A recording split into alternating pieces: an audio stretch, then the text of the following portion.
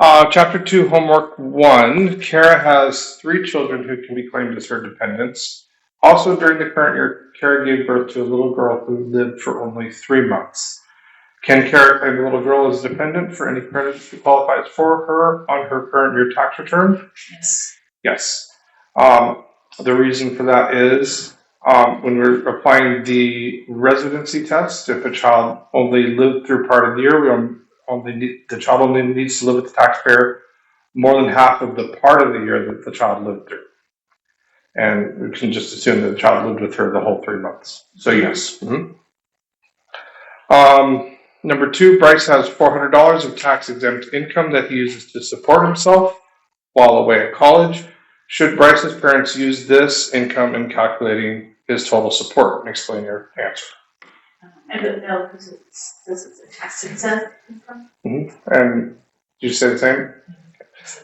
Yeah. So actually, the answer is yes, because when we're applying the support test, we're talking about spending, and we're not talking about earnings or taxable income or anything. So regardless of where that $300 comes from, if he's spending that on his own support, that counts toward him supporting himself. It's such a small amount that it probably won't make a difference, Okay. but it does count toward support. So for the purpose of the support test, it could be just money in the bank. It could be just money that he had saved up from, from working part-time in his teenage years, and it could just be sitting there. So support is about spending and not about earning, and not about taxes. All right, Jose is filing a joint return with his wife. She and their son, age 3, lived in Mexico for 8 months and in the United States with Jose for the rest of the year. He pays for all of their support. Jose and his son are U.S. citizens. Can he claim his son as a dependent? Well, if you have to live with him for 5 months out of the year, at least. You would think that, but he's a U.S. citizen in Mexico. Yeah, it's like everything says yes except for the part where he lives in Mexico for 8 months. That part. Except it says that he supports them all year. Even when they're not living with them, is what I'm going to say. well, the key to this is that they're filing a joint return. He pays others. So when you're talking about a joint return and you're applying these tests, they can be met for either spouse. So if Jose and his wife are filing a joint return, even though it may seem like the son doesn't meet these tests for Jose, he's going to meet the test for the mother.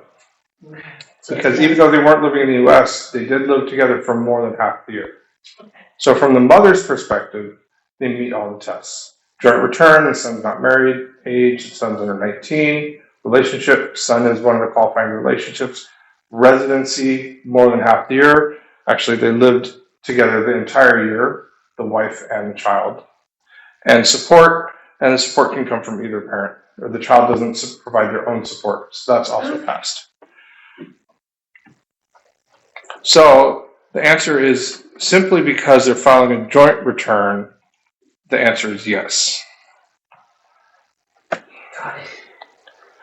If Jose had filed single or married filing separately or something else like that, then he would not qualify. Okay. That's how I was looking at it. See the joint. Okay. Tracy lives with his girlfriend Mallory and her 6-year-old child Tony. Tracy provides over half the support for the home. Both Mallory and Tony lived all year with Tracy. Mallory has no income, and she has not signed Form 8332, allowing the non-custodial parent to claim Tony. Can Tony be Tracy's qualifying child? I put no because he doesn't pass the relationship test. That's correct. Mm-hmm. And unless she files that or signs that form, he can't do anything about it. Right. And that form would allow the non-custodial parent, so it would be like someone who's not even listed in the question. It would be some other parent. But would this, even though it doesn't ask it, would this still go now? Could it go to qualifying relative? Mm-hmm. And that's going to be that is the very next question. Oh, it is, yeah. Except they changed his name to Toby instead of Tony. So in the same example, can Tracy claim either Mallory or Toby as a dependent? You'd be able to claim both then. wouldn't Yes. you? Mhm. Okay. Yeah, so we're looking at the qualifying child test. The relationship test is not met, but the, right.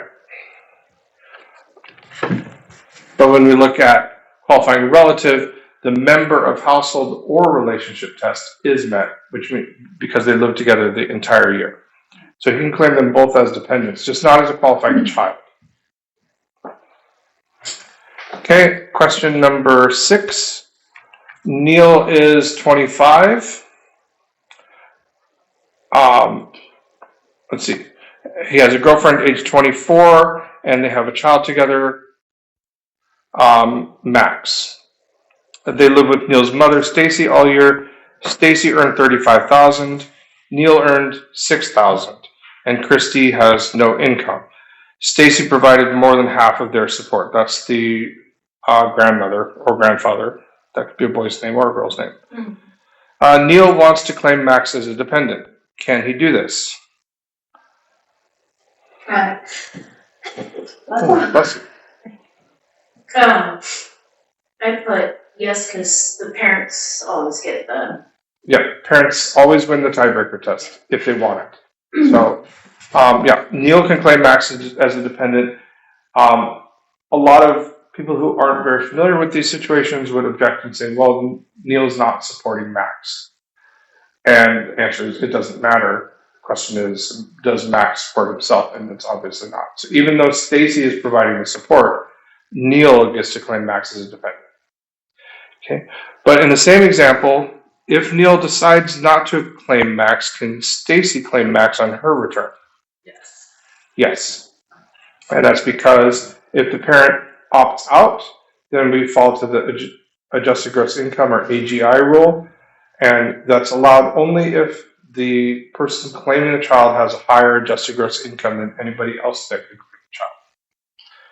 And Stacy's $35,000, Neil's only $6,000.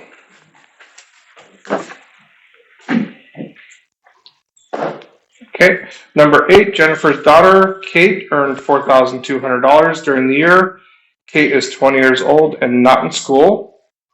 Jennifer provided more than one half of Kate's support. Can Jennifer claim Kate as a dependent? And but yes as a qualifying relative, not Mhm. Yeah. I went yes, and then I went no. Yeah. That was a little tricky. Yeah, it is tricky, and that's a good. That's a lot how a lot of people react and be like, oh wait, no, you can't because she's not a student. Well, wait, yes, you can because there's another test. So yeah, so if you go through it systematically, qualifying child first, and you'll notice she misses the age test because she's not a student and she's not under 19.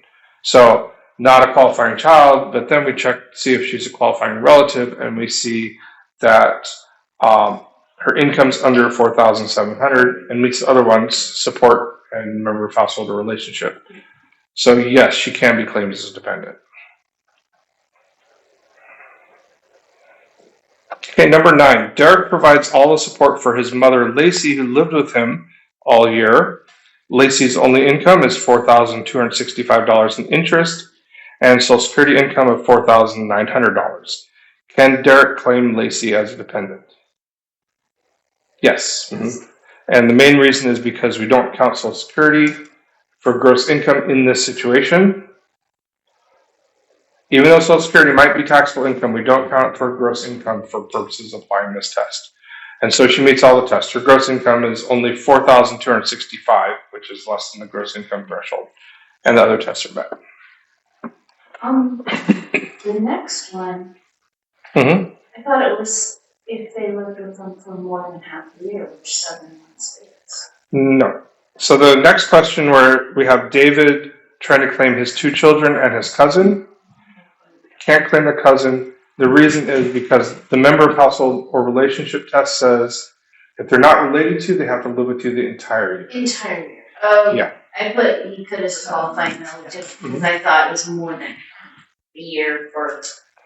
Yeah. I didn't. Okay. Yeah, it's a little confusing because for qualifying child, the residency test is more than half the year. Full year. Okay. But for qualifying relative, it's the entire year. If we changed the question a little bit, so it's not his cousin, but his nephew instead, then he would qualify, Right. because then he would meet the relationship and residency. He would actually be qualifying child. Or if we had changed the question so that his cousin was placed with him by a qualified foster agency, he wouldn't just be his cousin, he'd be his foster parent as well. And then that would change the answer too. Okay.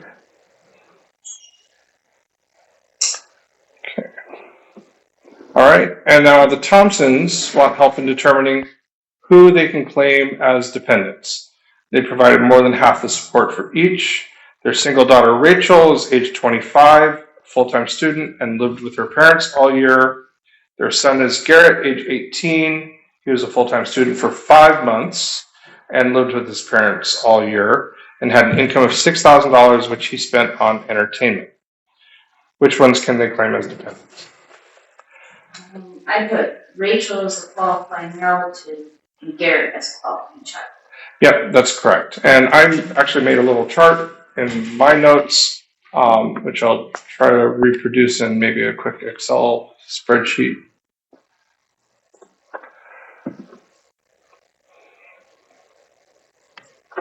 So if we have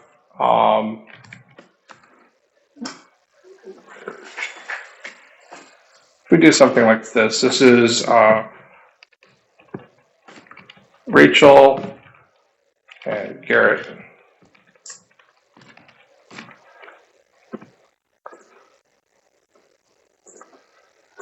So we have to determine first if they're a qualifying child, second if they're a qualifying relative.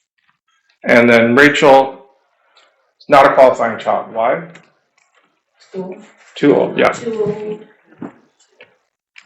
Age. Too old. So now we check qualifying relative, and we have not a qualifying child. Okay. Then next we'll have member of household or relationship test. That's okay. And then we'll have gross income, and that's okay. They didn't mention she had any income, so we can assume she didn't have any. And then support, and that's also okay.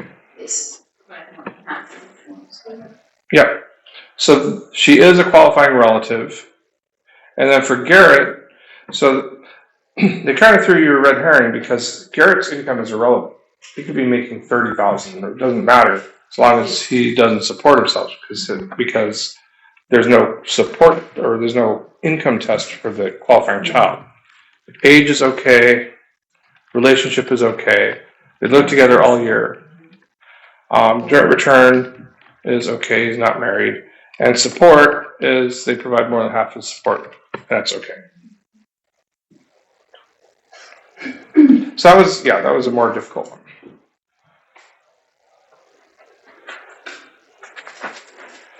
Okay, did you also do homework number 2 yet or not? No. Okay. I started looking at that and was Okay. like, what? Yeah. All right, so we have some narrative here. Clay Johnson and Laura Johnson have 3 children who live with them: Tanner, Evelyn, Jade. Clay has a mother, Mary, who also lives with them, and they are filing a joint return. Let's see. And then we have some age information. We have some income information for the possible dependents. We have some support information. And our first task, because this is the chapter on dependents, is going to be to figure out who is or is not a dependent. Since I have something like this already set up, let's see if I can just copy this over.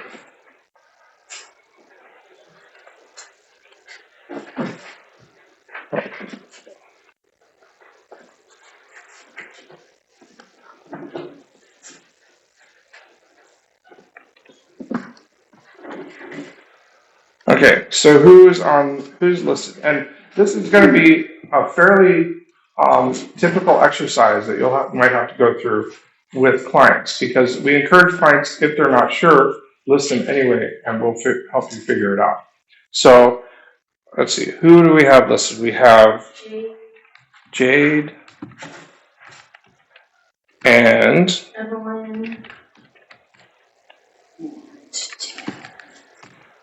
and then also Mary.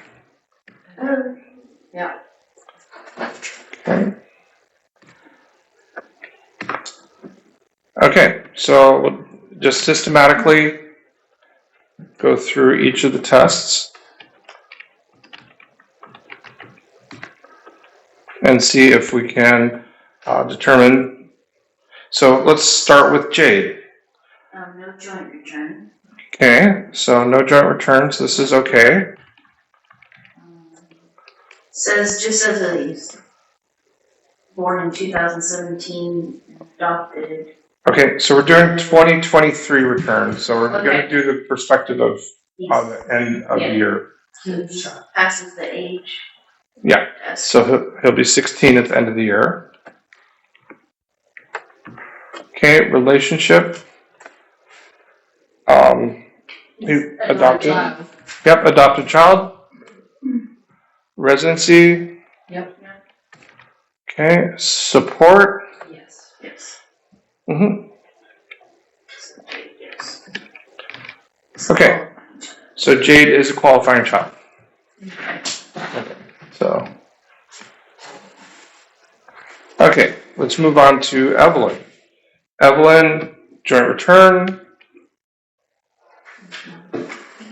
Nope. Okay, Doesn't see.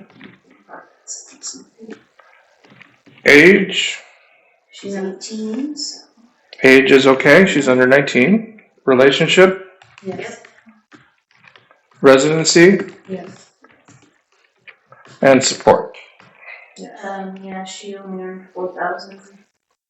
And it says that.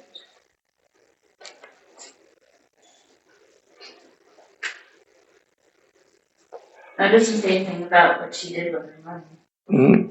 Support. So we're going to have to be unsure about that. So let me. I mean, it's under 47. This could be her income is under 47. 4,000 might be more than half for support, or might not be.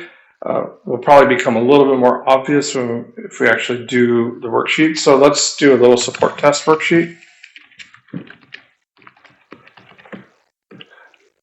Okay, so rental value is 2,895. Okay. okay. So times 12. So this is going to be I wouldn't call it for monthly, annual, and this is going to be per person. So there are how many people in the home? 6, right? Yep. So that means the total support as far as Just now. living is that much. Okay, and then support also includes food, entertainment, everything else. So let's see. $1,000 for food. Okay, we'll just copy this one down. And then utilities. 800.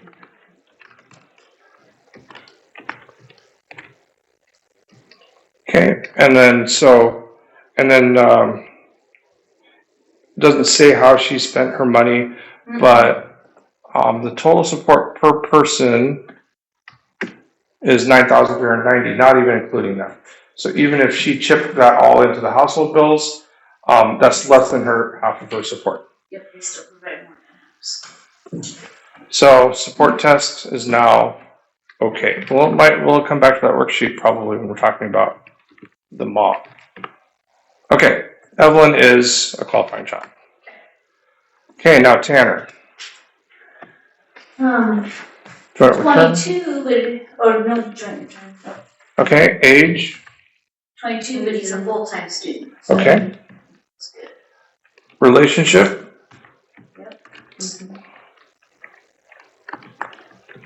Residency.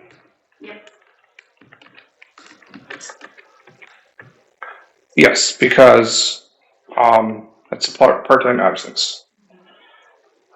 Okay, and then support. It tells us Tandem did not provide more than half of this on support, Okay, so. Qualifying child. okay. Tanner is qualifying child. Now, married, qualifying child. Qualifying relative, I think. Yeah, we're going to say age no right away. So we're going to look at qualifying relative. So not a qualifying child. And then member of household or relationship. They all live together. Yeah, right. Okay. Gross income. Savings account was 3750. Which she left in, it's in interest, Mhm. which that counts as income, right? 3750. It does count as income. It was below the 47. Right. It counts as income, but it's not going to count as support because she's not spending it. So support is about spending, but the gross income test is about earnings. And then it says 5,600 in social security payments, that doesn't count either, right? Right, well, it's not going to count for gross income, but it doesn't say that she left it in the account, so we're not quite sure. And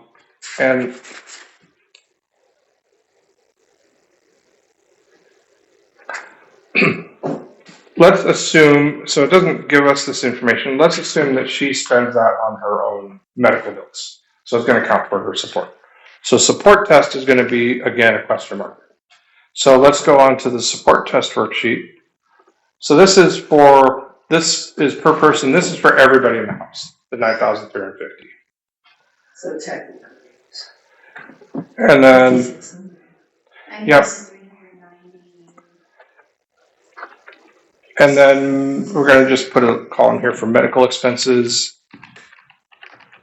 just for Mary. If she spent all that social security on hers, it would be more than half.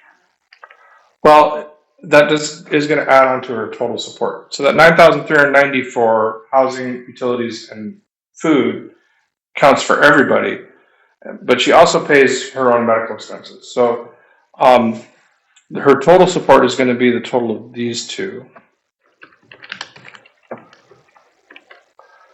And then if we divide that by 2, half of her support is 7,495. And this 9,390 is coming from Clay and Laura. So they're providing 9,000 worth of support, and Mary is providing 5,600 worth of support, which is less than half. So 9,390, the two important numbers that we're looking at is this 9,390, which is what Clay and Laura are providing, and the 7,495, which is half of Mary's total support. So she would be qualified. Yeah, she would be a qualifying relative. So the answer is they can claim all 4 as dependents. They're actually 2 separate questions, and the answer to one is all 3, and the answer to the second one is the other one.